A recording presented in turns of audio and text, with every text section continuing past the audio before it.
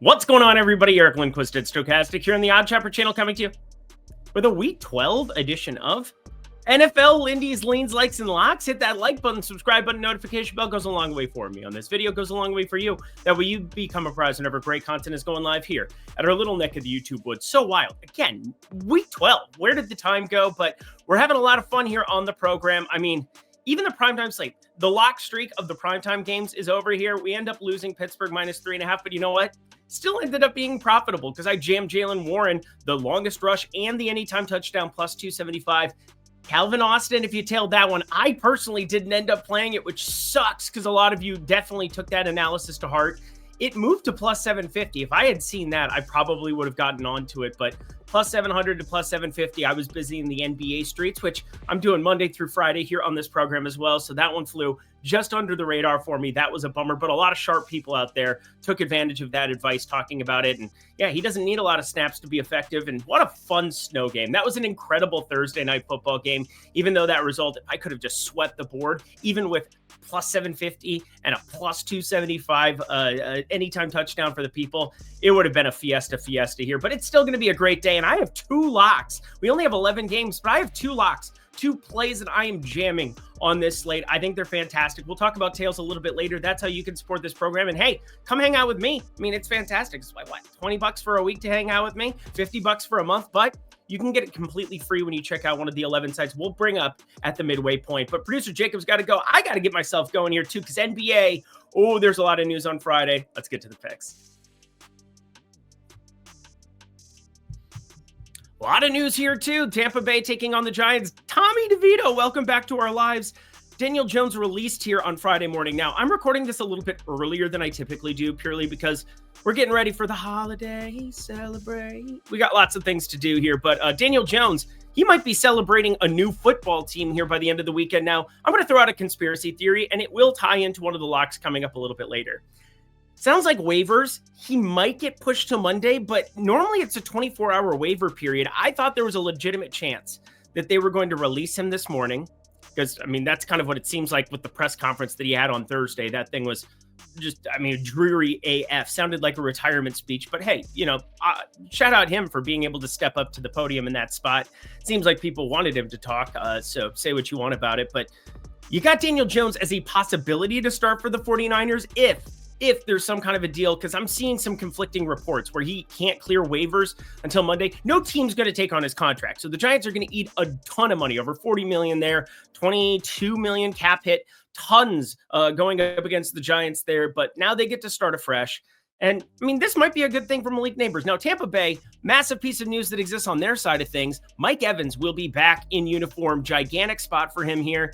And think about this too. He's coming back with no Chris Godwin out there for, you know, any kind of purposes because he's out for the season with that injury. So I'm looking at Mike Evans as a guy who's immediately going to get thrust into a large role. How much can he be out there right away? It's a hamstring injury, lower body injuries.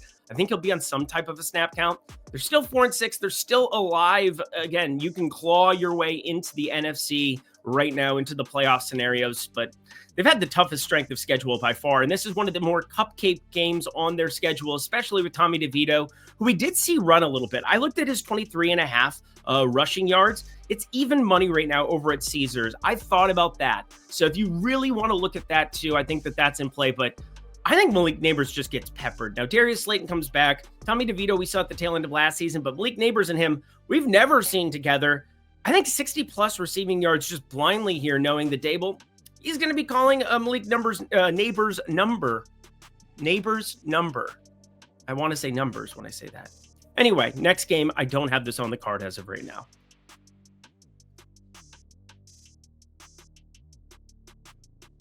Kansas City at Carolina. Here we go. A little bit of a what the kids call a mismatch. Kansas City. Now, they're coming off of that first loss that... Apologize for that.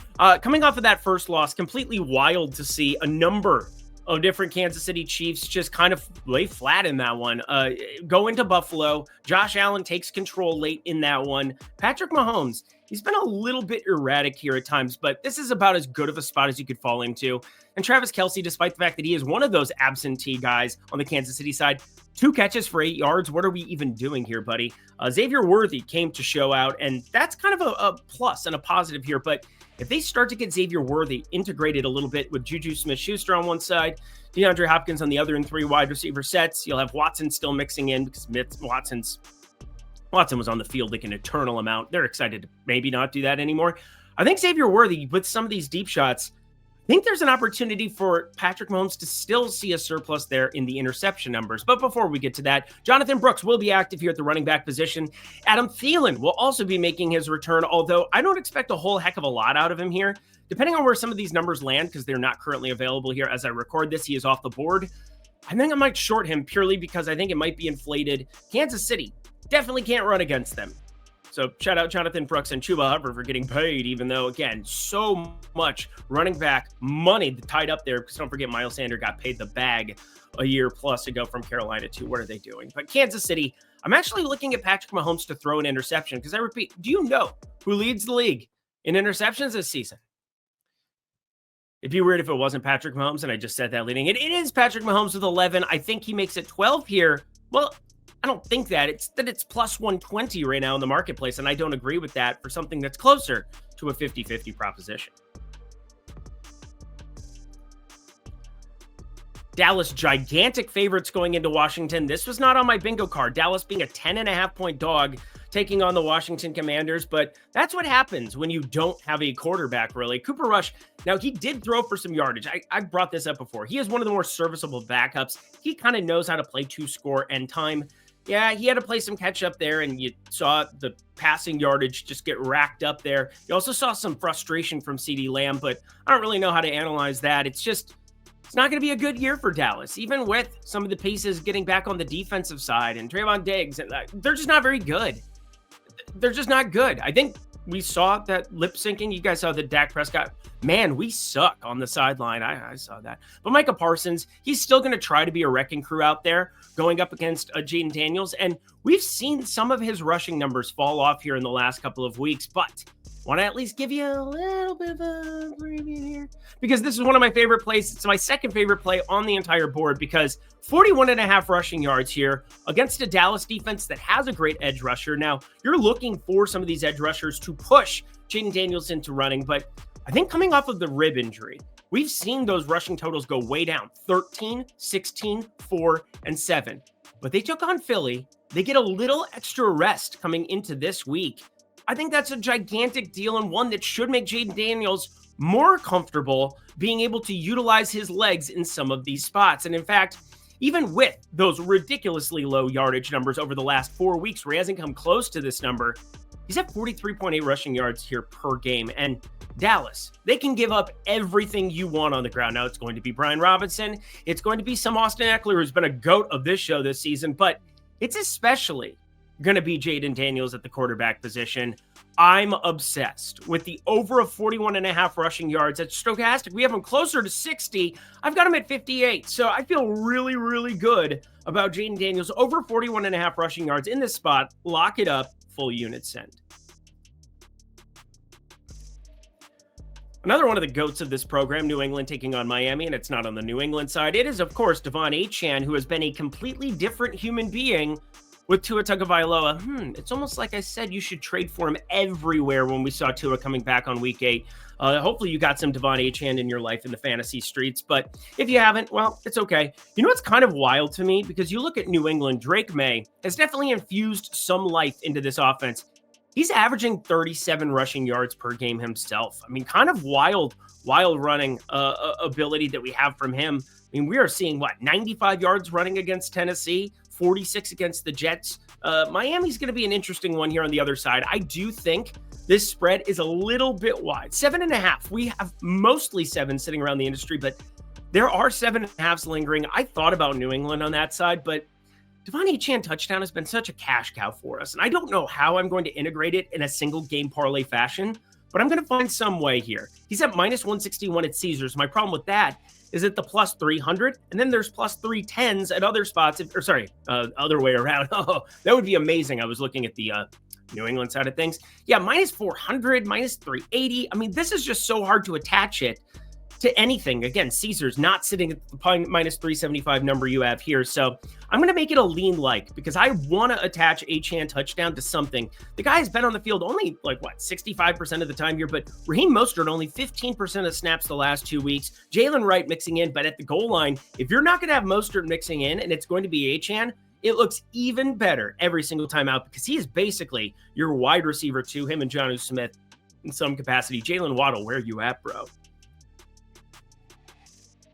We know where Joe Mixon's at. Joe Mixon is racking up yardage. He's taking on Tennessee here. 7.5-point favorites are those Houston Texans in this spot. They kind of did what they had to do against Dallas. Obviously, I don't read too much into those passing yardage numbers. You saw Cooper Rush have to go and come from behind mode. And Joe Mixon, well, that one felt pretty sharp, didn't it? 100 plus was like auto play. I mean, I just kind of took it to the tippy top there for the people in the lock department. Felt really good about Joe Mixon, and boy, did he make me look smart. Now you're taking on a Tennessee defense. And again, I'm not saying that I'm smart. I think I'm pretty smart sometimes. I hope so. Knock on wood. Joe Mixon is definitely in a much more difficult spot this time around. Against Dallas, you can get whatever you want and a bag of potato chips on the ground. But now he takes on the number 1 passing defense and the 12th rushing defense in terms of yardage allowed per game. That means Tennessee's defense isn't exactly a problem. Now, Will Levis on the other side, Will Levis, big problem. Kentucky's finest, or second finest. I like Jack Daniels. But I'm looking here at the Houston side of things. I think Joe Mixon under 110.5 rushing plus receiving yards makes a ton of sense. It's a lean as of right now either way. Rush plus receiving under 110.5. I think the entire portfolio sitting a little bit high. It feels like coming off of some massive games. Again, I talked about it. He was going to smash the Cowboys. I don't really see it coming here against Tennessee unless, he finds the end zone a couple of times and you want to count it a smash from a fantasy perspective. But yardage-wise, give me that under. Detroit and Indy, you saw Detroit. Detroit went completely berserk on Jacksonville. And hey, you know what? My modeling, feel pretty good about it from time to time, but I knew better. I did not end up betting that Jacksonville play that we talked about there. Needed to get something. It's weird when you're getting 2 touchdowns, 14.5 points, and you still don't feel comfortable enough to pull the trigger on it. Well, Detroit continued to throw the ball throughout that entire second half. They showed no quarter. They showed no mercy. And now they get an amazing spot where Indy is just so bad at trying to stop the run. They've been a little bit better of late, sure, but it's kind of also just been some of the matchups they've had recently. Now, Anthony Richardson, awesome story, comes back after they benched Joe Flacco, after benching Anthony Richardson for Joe Flacco, and it is what it is. But he looked awesome against the Jets, made some really good throws to the sidelines. I really liked watching Alec Pierce and his rapport. Not necessarily saying you need to go out of your way to bet anything Alec Pierce, but I'm just simply saying that Josh Downs is a number 1. He played awesome as well. Jonathan Taylor wasn't even extremely effective there in that spot, but I just don't know what they do against Jahmyr Gibbs and David Montgomery. They should be able to have their way. They're giving up over 140 yards rushing per game. This is the best offensive line in football coming to town. However, I do have hope for what you've seen as far as the Colts passing defense, which hasn't been good until that Jet spot. Maybe that has more to do with Aaron Rodgers. I think we can all say that at this point. And I see a 50. Yeah, 50. Like my favorite rapper. I was so hard there in Sioux Falls, South Dakota. I was 16 coming up. I was confused. My mama kissing a girl. Confusion occurs common, but call world. Bang! Over 50. We like it. We don't love it. We just kind of like it. Next game. Eric's Tales package for free. Yes, we've got Pick'em on the left. We've got Sportsbooks on the right, my friends. Awesome opportunity to go to the link down below. Sign up now at any one of these 11 sites. And when you do, you get my entire Tales package. That's myself in the Discord asking me questions 24/7. Actually, that's not true. More like 16 hours of the day. I'm basically in there answering questions, firing up my plays, talking through my plays, all of that greatness. Really fun spot. And you can get it completely free when you sign up for one of these 11 sites. Plus, you get these offers. Bet 5, get 50 at Picksys. Bet 5, get 150 at Bet365. BetMGM, DraftKings, FanDuel. I know you've signed up at a lot of these spots, but if you haven't yet, awesome opportunity to go to the link below and then follow these 4 simple steps. Boom. 4 simple steps. Take screenshots of your email, your welcome email, that is, and first settled bet, and then email them to support@oddshopper.com. With those screenshots, you'll get me for free. It's only if you're 21 and over. If you have a gambling problem, please call or text 1-800-GAMBLER. Back to the picks we go. Minnesota Chicago. I don't have a whole heck of a lot to talk about here in this one. We're waiting on a little bit of injury news. Now, you had Jordan Addison leave with cramping. I think he should be good to go here in this one. But overall, I look at the Chicago Bears, and I don't really know what I'm supposed to say other than it's the Chicago Bears plus 3.5. Their offense looked a little bit better to me, and obviously it couldn't have been much worse than what it was there before. I mean, what are we even doing here, Bears? You have so many good skill position players still. Keenan Allen, I know he isn't getting the same kind of separation. Part of that is the play calling, and Kellen Moore, awesome offensive coordinator. Aren't we seeing that in Philly? Looking pretty good for Devonta Smith out of the slot there. That was basically the Keenan Allen role of last season, but, going from the Chargers over the Philly, but whatever. We are seeing Keenan Allen basically underperform. We are seeing DJ Moore way underperform, although pretty easy buy and low spot last week, huh? That felt pretty good, huh? Yeah, we've been rolling here in the football department. I feel pretty good about those reads. And again, 7 for 7, 62 yards. That was nice to get for DJ Moore. Cash that one. But I have to just look at the Bears. The spread is actually the thing that's standing out the most to me. That hook, divisional rivalry, low total, 39.5, low variance football game. I think plus 3.5 makes the most sense to go to anything in this game on the Bears side against my Vikings, just making it a lean for now. Denver and waking up in Vegas. Bo Nix just completely destroyed that Falcons side. Wowzer. I mean, Bo Nix is like making a heroic leap to try to go after Rookie of the Year. I mean, it makes a lot of sense to basically him AFC, Jaden Daniels NFC, move on with your lives. But Bo Nix, 38-6, whooping of that Atlanta ass. So there you go. Now you get a better spot with Gardner Minshew here on the other side, and there's no way that they're not going to just try to force feed Brock Bowers and get him some of these rookie reception yardage. He has so many records that he is so close to already. I mean, we're basically seeing a repeat of last season with Puka Nacua, but as a tight end, this is extremely impressive. This is basically what Kyle Pitts was supposed to be for Atlanta. It's not what Kyle Pitts is for Atlanta. He's a boom bust option. He's like outside of my tight end top 10 right now. I mean, he's like tight end 12 on the season.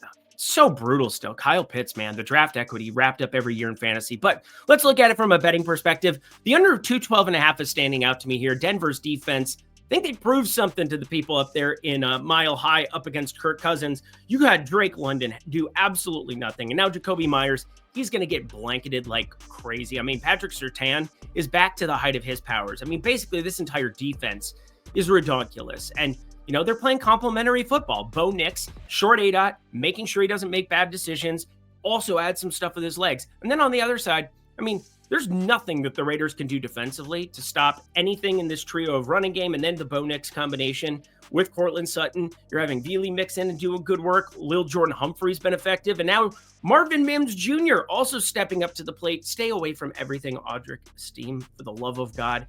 Javonte Williams just out of the middle of nowhere, back to being a bell cow, but it's just going to rotate between the three of them the rest of the way. Don't even pay attention. Just take the under of 212.5 passing yards. I like it. Half unit play for me.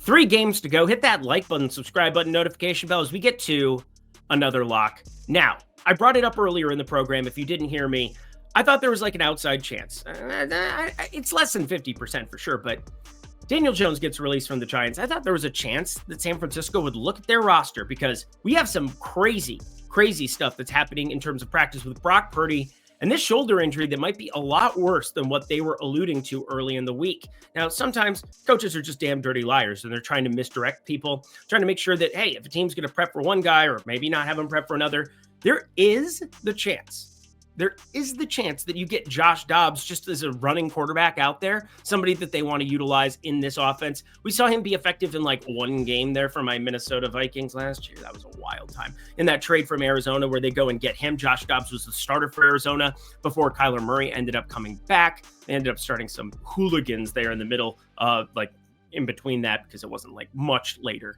It's like more than half of the season until Kyler Murray shows back up. But you have Brandon Allen as the other quarterback here. These are not the droids you're looking for over in Lambeau Field here on the road in a must-win game where you are 5-5 and fighting for your playoff life. So if there's a chance, again, I'm seeing conflicting reports on whether Daniel Jones could be claimed off of waivers because he's going to not get picked up here before that. He is not going to get picked up on the waivers. He's going to have to get signed after the fact. nobody wants to take in that contract, but he could end up in a 49ers jersey if that's even allowed here, if it's truly not until the Monday waiver here. But we've seen this only go from 1.5 to 3. And it's -3 Green Bay at -106 on FanDuel. I don't understand that. Yes, they have Christian McCaffrey back. Yes, they have George Kittle, but quarterback is the thing that will swing a spread more than anything else. And you're telling me the difference between Brock Purdy, who last year was, can he win MVP? Like, can Brock Purdy win the MVP as opposed to, Lamar Jackson, anybody else out there? And you're telling me there's not a difference between him and Josh Dobbs? A difference between him and Brandon Allen that's more than 1.5 on the road in Lambeau?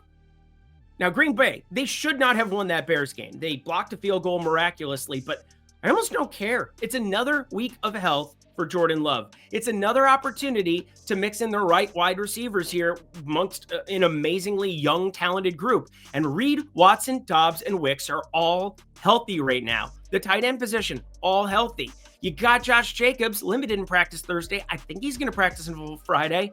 This is like a full send on -3, still at -106. You're going to see this number move outside of it, and you're going to have hedge opportunities at plus money if Brock Purdy doesn't suit up. And if he does suit up, it's not a guarantee that he's 100% because it really sounds like this shoulder is messed up. So as much respect as I have for the San Francisco defense, even though Geno Smith able to find ways to do everything and run against you there, even though San Francisco's offense has some of the best skill position players, even with Brandon Ayuk on the IR here, you've got still an amazing Juwan Jennings performance last week. He's a stud. You've got Ricky Pearsall just continuing to look out as in his rookie season after a abbreviated beginning. And then, of course, Christian McCaffrey. I love Green Bay -3 here. No way around it. My favorite play of the week. Why? I don't know how I can back that one up. Because again, Green Bay, I feel so good about that number. And if it gets to 3.5, 4.5, could get longer just based on who plays quarterback there. Snag some points. Go ahead and find a middle for that. Or, I mean, I would not be hedging. I would not be going the full, unit. Like I'd be basically like a half unit just to have like a little bit of a nice pocket where you can get some money, some extra money. But anyway, Arizona at Seattle, James Conner, he is a bell cow back. Now they are mixing in some other guys here in terms of some of these third down yardage situations with Trey Benson. He's looked all right to me as well. Got 8 and 10 carries the last 2 weeks as well. They're trying to keep James Conner fresh going into the bye. And well, they came out of the bye. He is going to be all systems go. Plus, they had the Jets just throttled. He only had to have 12 carries. Still found the touchdown there in that one. Found 80 yards receiving as well. Thanks for coming. Have a nice day, Jets. What a season they're having. Thank God they're not on this slate. But I don't have a lot to add from the Seattle side. Seattle saved their season with a miraculous drive there at the end against Brock Purdy and company. Well, actually, no, against the defense, not Brock Purdy. It's always weird.